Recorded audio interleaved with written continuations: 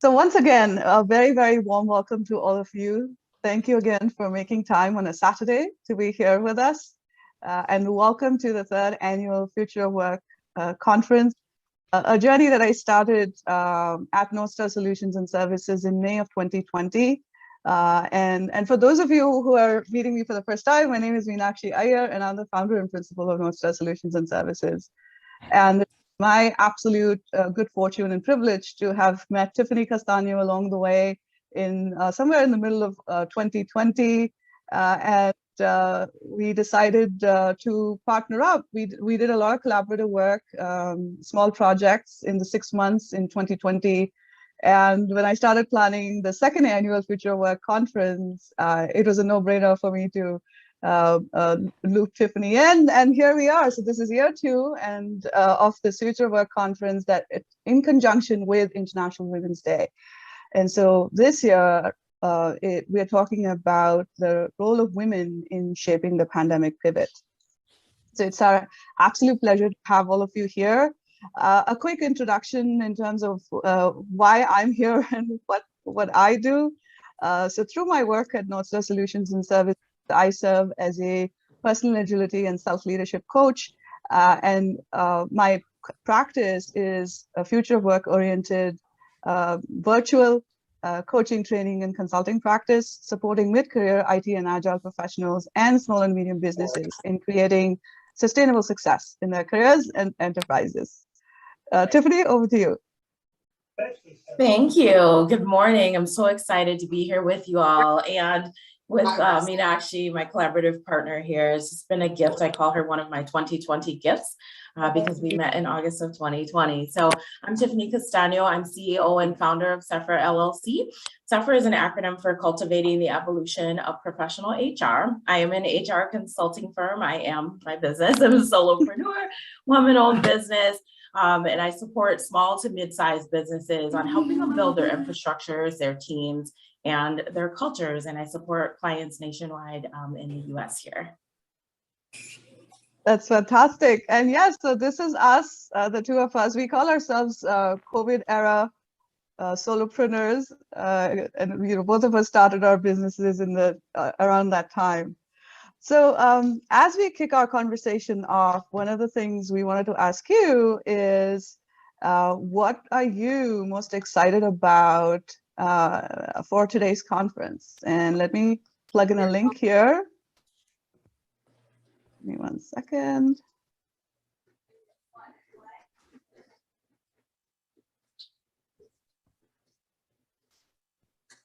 We would like to hear from you. What are you most excited about in today's conference? And here's the link. Let me put it one more time.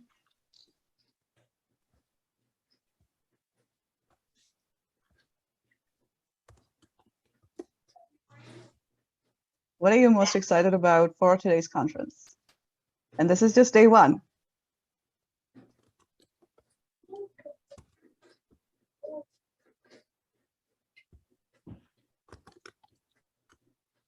Okay.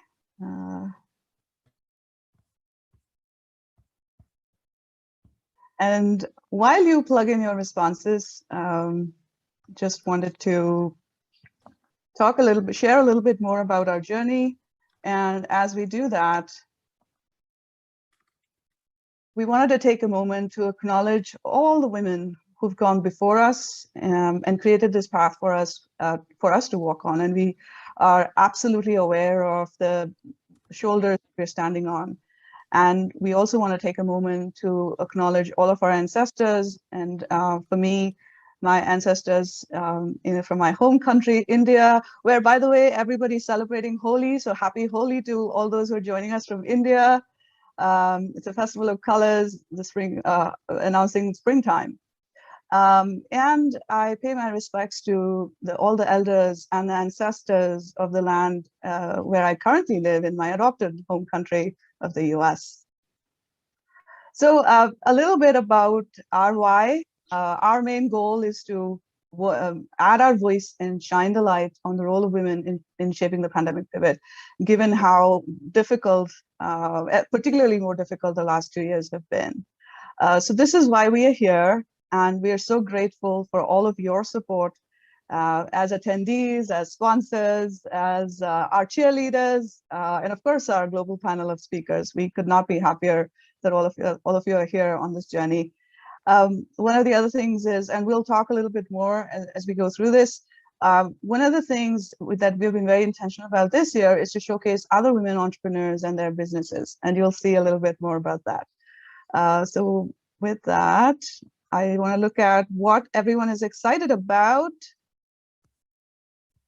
this year's conference. So let's see what we have. Oh, this is fabulous. Here we go. Thank you so much. This means so much to us. Dr. Stefanie, we have quite a few fans. This is fantastic.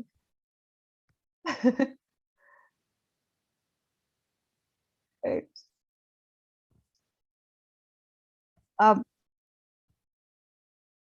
So, you know, both Tiffany and I, we are on a mission to support women in the workplace globally, and our goal is to help support, to help them create impactful careers. And as we were alluding to earlier, the past 2 years have been particularly difficult, and so we are even more inspired to do our best work in this space. Yeah, Tiffany, back to you. Thank you so much. We're definitely grateful to be here with you all, and we're grateful for our sponsors, certainly, in this conference. And so definitely excited to have speakers here. But I want to tell you a little bit about, you know, first kind of who we serve. And so we, right now, this is going to be for any women professionals, their leaders, their allies, and those who are seeking new roles and careers. I know that some of you are in either career transition or looking to move on, you know, maybe. And so we want to help support that and help support you. It's for HR and business and technology leaders as well. So we're really excited to just bring this conference to everyone and meet people where they're at.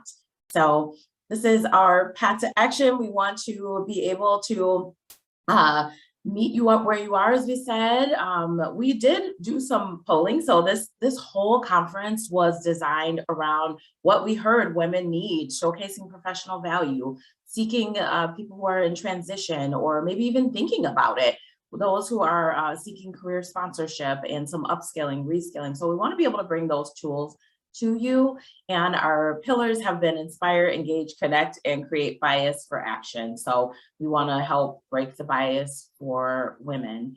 And then this is what's in it for you all. We want you to get these diverse perspectives from our speakers. Our sponsors are all different, they're from different backgrounds as well, and giving you some tools and strategies. We're in this hybrid and virtual world to make sure that you're able to kind of connect within this global community. And we have with us today a graphic artist, Tanvi Agarwal, and she is going to be doing some digital sketchnoting for us today, some graphic recording. So I'm super excited about this. This was the first time I had heard about that, and we'll have some engagement for you even after this conference is done and while it's going on. And then we will have access to one-on-one group coaching by coaches who have offered accessible pricing for you if you choose to meet with a coach one-on-one. So very, very excited about that as well. And now I want to introduce our sponsors before we kick it over to introduce Dr. Stefanie. So we have Breaking the Glass is a sponsor. They were founded in 2016 by Computer Futures, which is a group of recruiters in Texas. They want to tackle gender disparity challenges, and they have been. They do a lot of great programming around this, around professional development, networking for women in tech. and their allies. So they've grown their network to over 2,100 professionals across the tech industry in Texas, with new communities and partnerships in DC, New York, Chicago, and the San Francisco Bay Area. So shout out to Elizabeth, Brianna, and Therese, who you'll hear from later today. And then Factorial HR. They're actually headquartered in Barcelona, Spain. They support more than 4,500 companies from 65 countries, optimizing HR. Shout out to my HR folks. Factorial HR is, they help companies automate their HR processes, empowering their employees with up-to-date information and to make good business decisions. Shout out to our crew. We're calling them Global Pit Crew, Catherine, Kylie, and Carlos, who you'll also hear from later today. And then I'll allow Meenakshi to take over for a person. Yep, thank you so much. And yes, you know, it takes a village to do any good work, and this is definitely true for us. And we, as Tiffany referred to, our global pit crew. So Carson Solutions, we are so grateful for your sponsorship. We have Amanda and Team Carson here in attendance. Thank you so much for being here. Carson Solutions is a US-based organization, and I'm personally thrilled about this because they are local to where I live here in the US. And they deliver IT, information technology, and enterprise modernization solutions to civilian government agencies. And some of their largest contracts are with the agencies like the Department of Homeland Security, FEMA, the FAA, and the General Services Administration, or GSA. So, and Carson prides themselves in their open, flexible, innovative culture and a fabulous employee-oriented work environment. And they have numerous awards in their kitty to prove what they're all about. A special shout out here to Alona Matsela, who made this connection possible for us. Amanda and Team Carson, thank you so much for being here today and for your support. And this is our global panel of speakers, without whom we would not be here. So thank you all. Thank you all so much. Next, a special shout out to our event partners. And like I mentioned earlier, we have been very intentional to support other female entrepreneurs. So for us, we are entrepreneurs first, women second. So we are entrepreneurs who happen to be women, but we know that we have a bunch of challenges that are sort of unique to us on account of us being women. So here we are, Jessie, founder of Ava Consulting, who's our marketing partner. UV City, the platform that we're all on right now, that's our technology partner, co-founder and president, Heli Desai, local to where I live. I always get a thrill about that. Tanvi Agarwal, who Tiffany introduced to us earlier, she's a founder of Silly Strokes, and she's a graphic artist, and she says she makes a living by drawing. That's her tagline. So we're all so excited to have you all here. Thank you so much. And with that, back to you, Tiffany. Thanks. So we just wanted to kind of give you a quick peek into last year's event, and we're really grateful for the continued support from our speakers, sponsors, attendees, and cheerleaders from last year. So we want to give you a peek into what is on tap for this year, and just to kind of look at upskilling, reskilling. Last year we started talking about the theme was choose to challenge, and so we talked about career pivots, how do you make that? We talked about, we had a panel on mentorship, sponsorship, and allyship. So this is a continuation of that because we hear in the market that people are still looking for that. We had a great panel on that. We had Mindy who talked about how you navigate the career pivot. And this year we're carrying that forward. Now we really are going to talk about what does that look like to move your career forward. We have some workshops and those are going to be exciting. So lightning talks and learning day. So it's going to be really, really impactful, and we're excited for that. So thanks for joining in with us, and we're really excited. Now, speaking of excitement, we have with us today Dr. Stefanie K. Johnson. We are so honored and have the privilege of having you here with us today. Dr. Stefanie, thank you for being here. Dr. Stefanie is our keynote speaker. She is a researcher focused on the intersection of leadership and diversity, and works with best companies to implement evidence-based practices to reduce unconscious bias and increase inclusion. Dr. Stefanie is an associate professor of management at CU Boulder's Leeds School of Business, where she studies the intersection of leadership and diversity. She's a member of the MG 100 Coaches, was selected for the 2020 Thinkers 50 Radar List, and is the author of the national bestseller Inclusify, Harnessing the Power of Uniqueness and Belonging to Build Innovative Teams. Quick plug for Meenakshi. Thank you so much for gifting me this book. And thank you, Dr. Stefanie, for writing it. If you all have not checked it out, you must. Media outlets featuring her work include The Economist, Newsweek, Time, and the Wall Street Journal. What an accomplishment and what a gift that we have you here today. Thank you so much, Dr. Stefanie.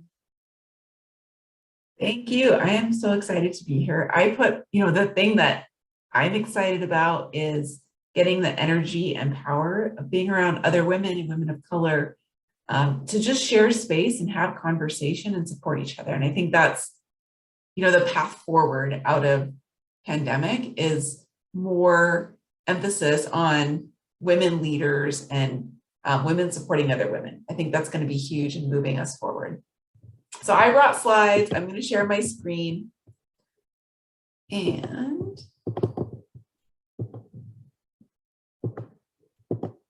talk about inclusifying your workplace. Wow, I think this is an important note for today in Women's History Month.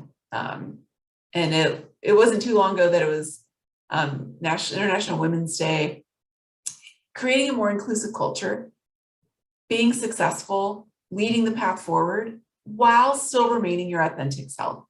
If we look back at women in the workplace over the last 50 years, I would say there's a very strong trend for women in business to kind of assimilate or fit in to dominant culture. And I think that's even more true for women of color, which is, I guess, a term that we use in the United States, but for individuals who hold multiple minoritized identities, to try to leave those behind to fit in to whatever the majority culture is. And I think that was so last century. And I would say today, it's really about bringing the value that you add as your authentic self. And so what am I talking about here? I don't know if you've all heard this term imposter syndrome, but I hear about it all the time. And, women experience imposter syndrome. They don't feel like they should really be there. They should be grateful for being there. They're just keeping their head down. And so that no one finds out that they're not supposed to be there. And my kids play this game. I don't know if any of you have heard of this. It's like kind of a horrible, violent game, but called the Imposter. And you're this little character and people are trying to figure out who's like the imposter. And I think the idea of being an imposter is kind of maybe a misrepresenting term because I feel like maybe a better term is that you're an expat. You're an individual who is bringing unique skills and abilities. And so you've gone to, maybe in my case, I'm in a country that I'm not originally from. I'm in Curacao, but you're bringing with you these extraordinary skills that maybe people in that country don't necessarily have, or that you bring something different, a different perspective. And so maybe for women who feel like I don't belong here, this is just, you can tell me what you think. I want to see it in the mentee, or if you can share in the comments. Maybe it's that feeling can be rebranded as you're an expat. You might not be the norm, but you're bringing with you these extraordinary skills. And then maybe we can even leave that feeling behind we always feel that way for a little bit of time, to recognizing that difference is what is part of what makes you extraordinary, because you're bringing something that people don't necessarily have. If you're the only woman, or you're the only woman of color on your team or in your organization, even, you're adding value that cannot be replicated by other people. And so that's why I have this is the image of the imposter, and this one's a unicorn imposter. So rather than thinking of ourselves as different, let's think of that difference as extraordinary. Because when we think of the feeling of inclusion, it's really the idea that you belong, you feel accepted and valued, and you can be your expat, unicorn, unique self. So you don't need to hide or cover or mask, but instead you celebrate the fact that you're bringing a different perspective and adding in that way. And that's how I see inclusion. That's what I write about in Inclusify, that it's really the overlap between this feeling of belonging and uniqueness. And I think we get the belonging part. This was a big trend in 2019, which is maybe toward the end of when I was writing Inclusify. This started to show up everywhere. Belonging is what counts. For Tiffany, it's apparently this was all driven by HR. First there was diversity, then inclusion, now HR wants everyone to feel like they belong. And I'll say with the pandemic, there's a lot of evidence that the Great Resignation, mass turnover events are really driven by this lack of feeling of belonging. And that's what I found in Inclusify as well, that when people don't feel like they belong, and in fact, if you don't feel like your uniqueness is seen and valued, people really talk about feeling invisible. And I'll say this was for me, just doing these interviews and surveys, the number of times that this feeling of invisibility came up from women, and actually particularly women of color, was really heart-wrenching to imagine a place that we spend the majority of our time, work, right, the workplace, going in and feeling like no one sees you at all. Women told stories, and these are, women across the spectrum, female lawyers, professors, that they would go into work and people didn't even know who they were, or they would be mistaken for maybe a different person in the organization who shared their identity. People told stories of being mistaken for secretarial staff or even cleaning staff, that they are truly not seen. I'm like, this is not okay. I'm going to make sure every student, every person, every individual in my building feels seen, by me at least.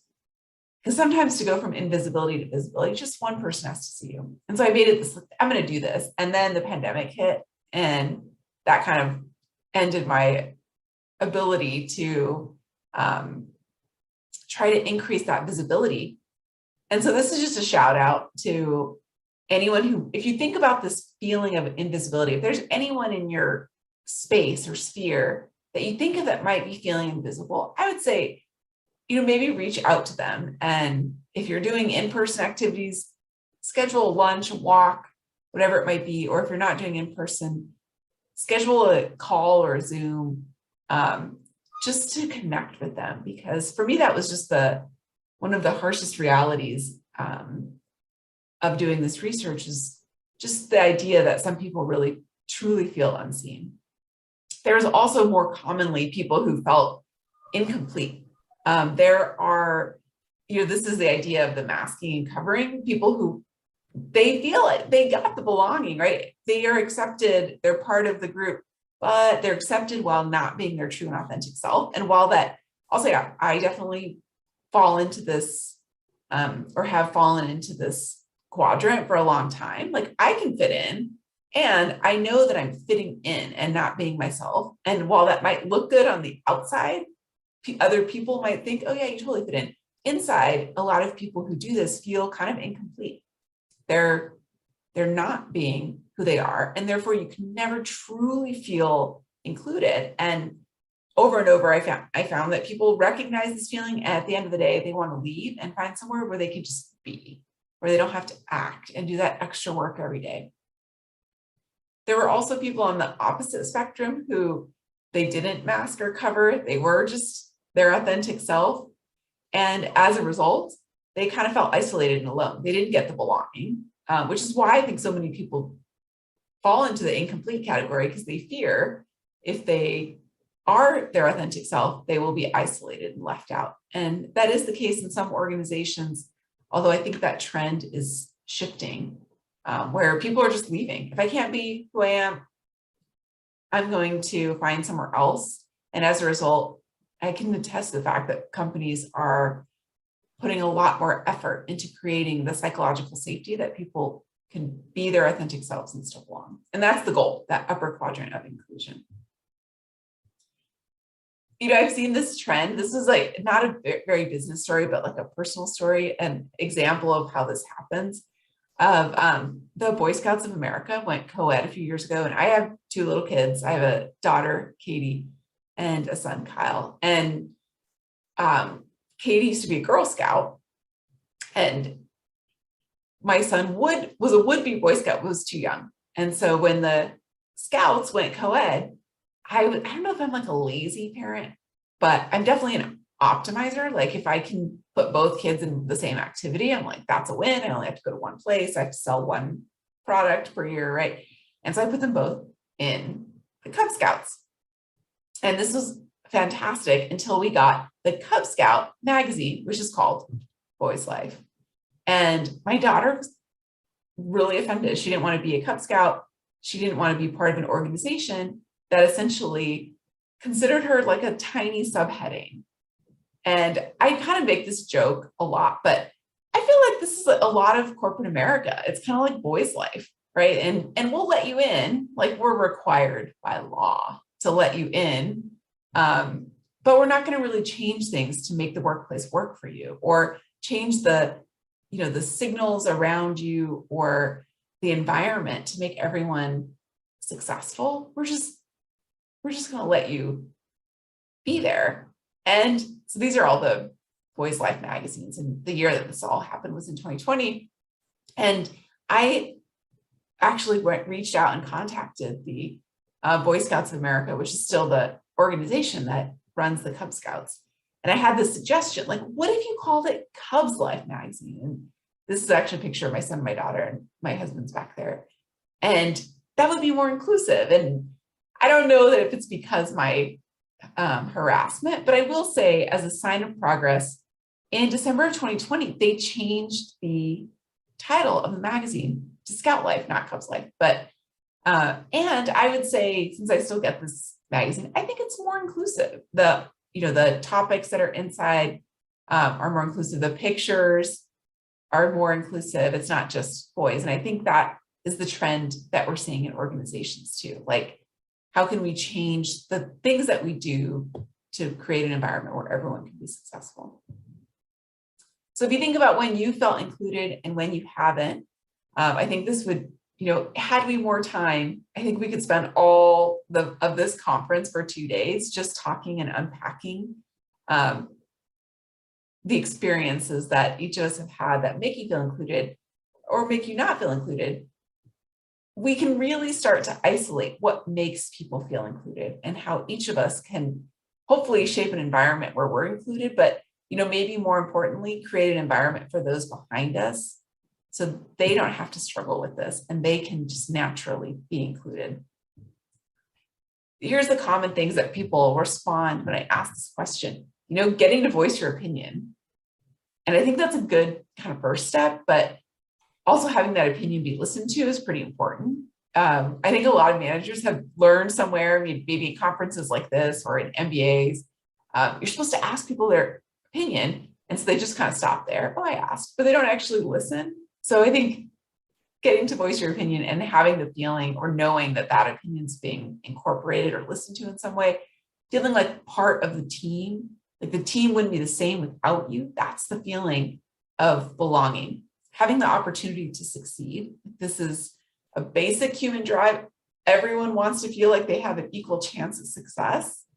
And even more important I would say for millennials and Gen Zers are very tied to this idea of wanting to feel like they can be successful.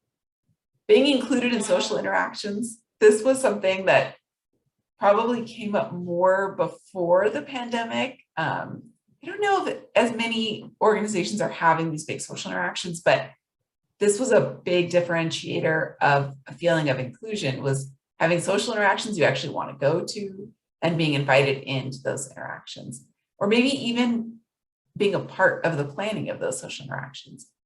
being treated fairly, of course. You want to feel like there's equal pay.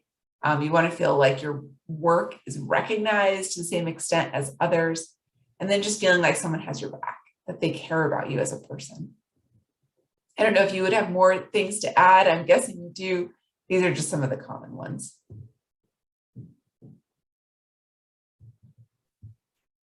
So what can we do as leaders? And I'll say, even if you're not in a formal leadership role, I think in the space of my view of leadership is if you can create an environment that boosts inclusion, you're leading. And there was a study that showed that even people in non-leadership roles who, I use the word amplify, they use the word voice granting, but who increased the voice of others, and so reached out and said, I don't think we've heard from this person. I would love to hear more about what you're saying. Rather than if someone's interrupting, stepping in and saying, I want to hear what you have to say, and I don't think this other person was finished. Those individuals are leading. They were seen as more leader-like and more likely, more deserving of promotion. And so it's a great way to exhibit leadership is to try to learn from everyone on the team. And if you're the boss, you can definitely do this. If you're not, you can role model this up. And so maybe the supervisor or team lead starts to adopt those behaviors, but really trying to hear from everyone on the team.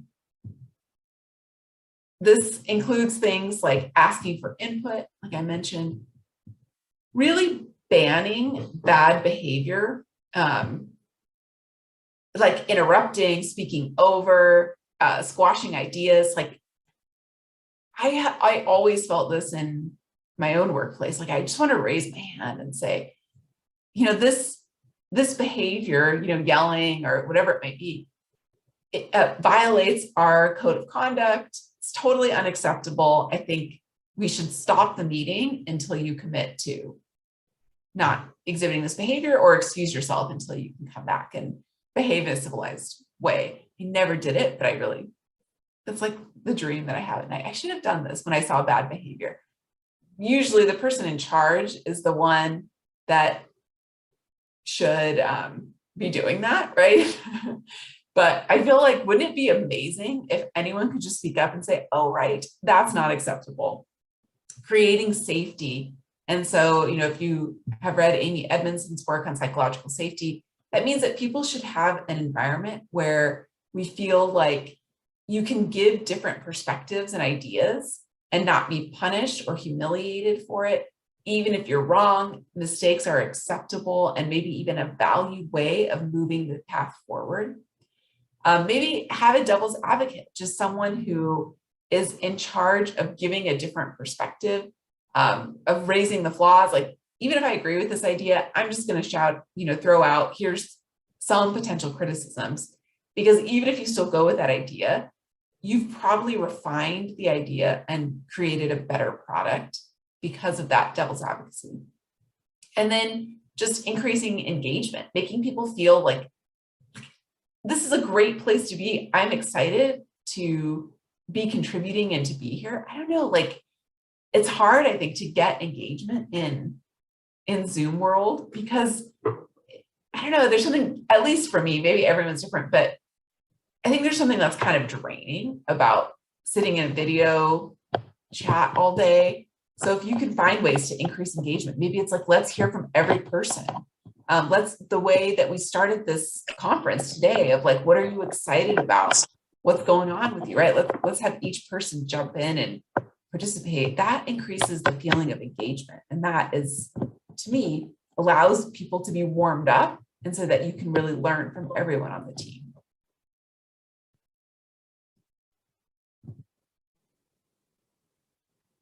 I'm loving all the stuff in the chat here. Recommendation 2, I think that is really going to help move inclusion forward, is really ensuring that people feel like this essential, valued member of the team. That is what that's what we want, is to know that we are valued because we're spending our time here. And if we're not valued, then why am I spending my time here? And so I think there's ways to show folks that they're important through just maybe some empathy boosting skills. And, you know, I'm going to guess most of the people in the, in our conference today identify as someone who has a fair amount of empathy.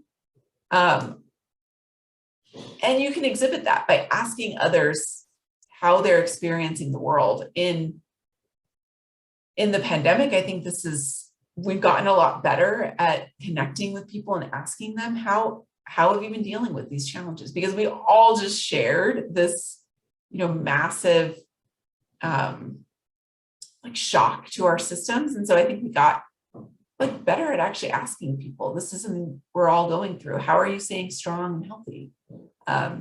Asking people, you know, how they're dealing with the war right now that we're seeing in Russia and Ukraine. Like, I think it's important to just be able to check in, as it says in the chat here, and being supportive and trying to understand what people are saying, not just asking for or waiting for your turn. Oh yeah, here's how I'm experiencing it, but really trying to deeply understand. And it's, you know, it's going to build your brain. It's going to make you a smarter, better person to try to get those skills. And I think you're going to experience some of that if anyone goes into the coaching sessions later.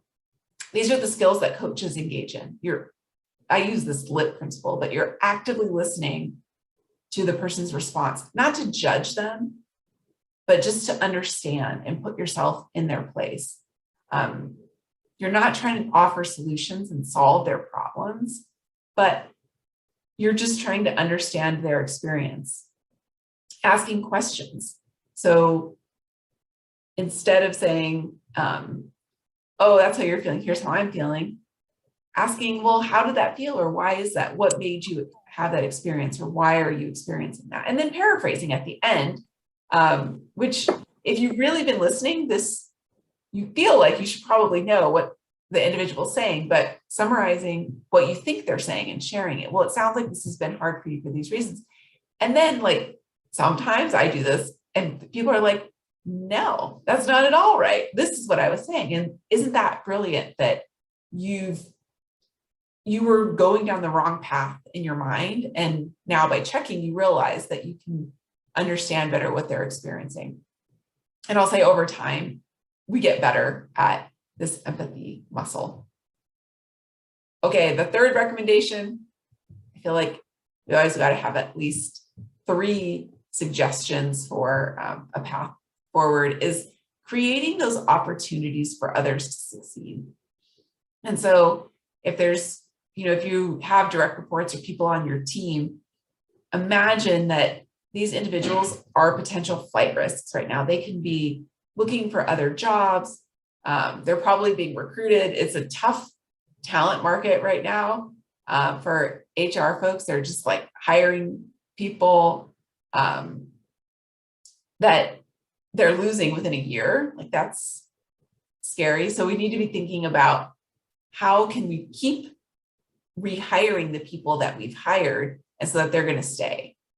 And so I really recommend like asking people about what their career goals are. And maybe they don't even know, because some people have never been asked. And especially after pandemic, you're just like, I'm just trying to like survive, right?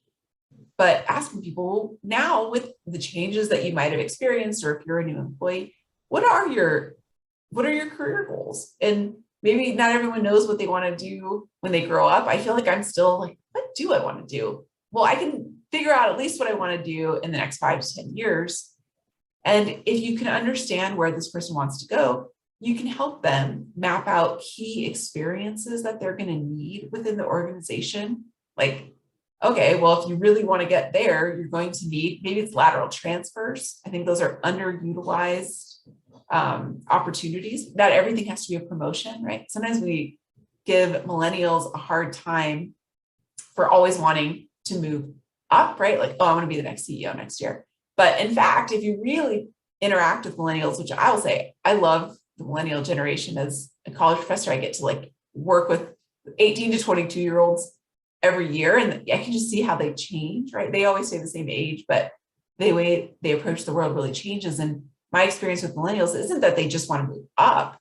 It's that they want to keep growing their skills. They want to learn and experience more. And so what are these experiences, even if they're lateral changes, that those individuals need to be successful?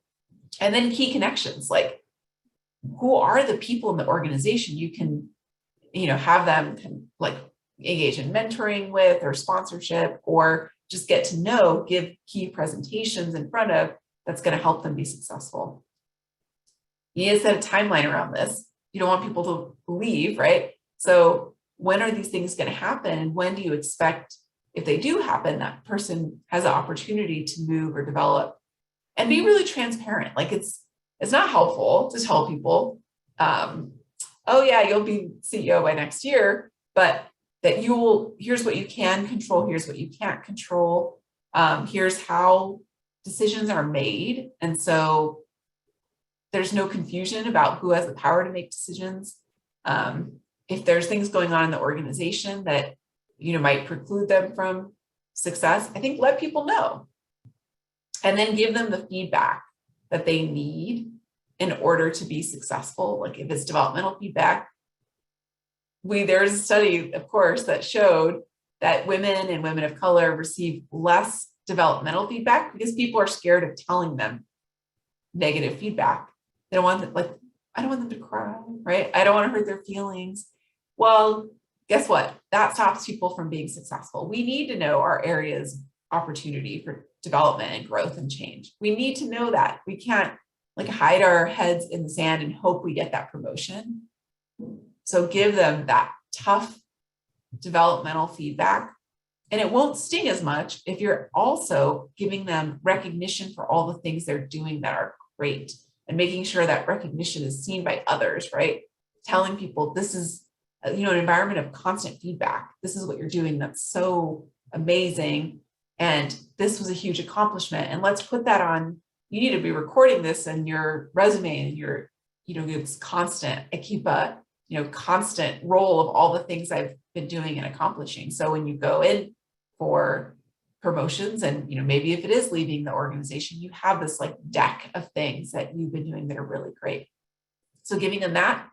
And if you just kept that mind that this is a coaching mindset, that the reason I'm telling you these things are because I know you want to go here. You told me you want to go here. And so I'm going to help you get there. Then I find people are less likely to leave.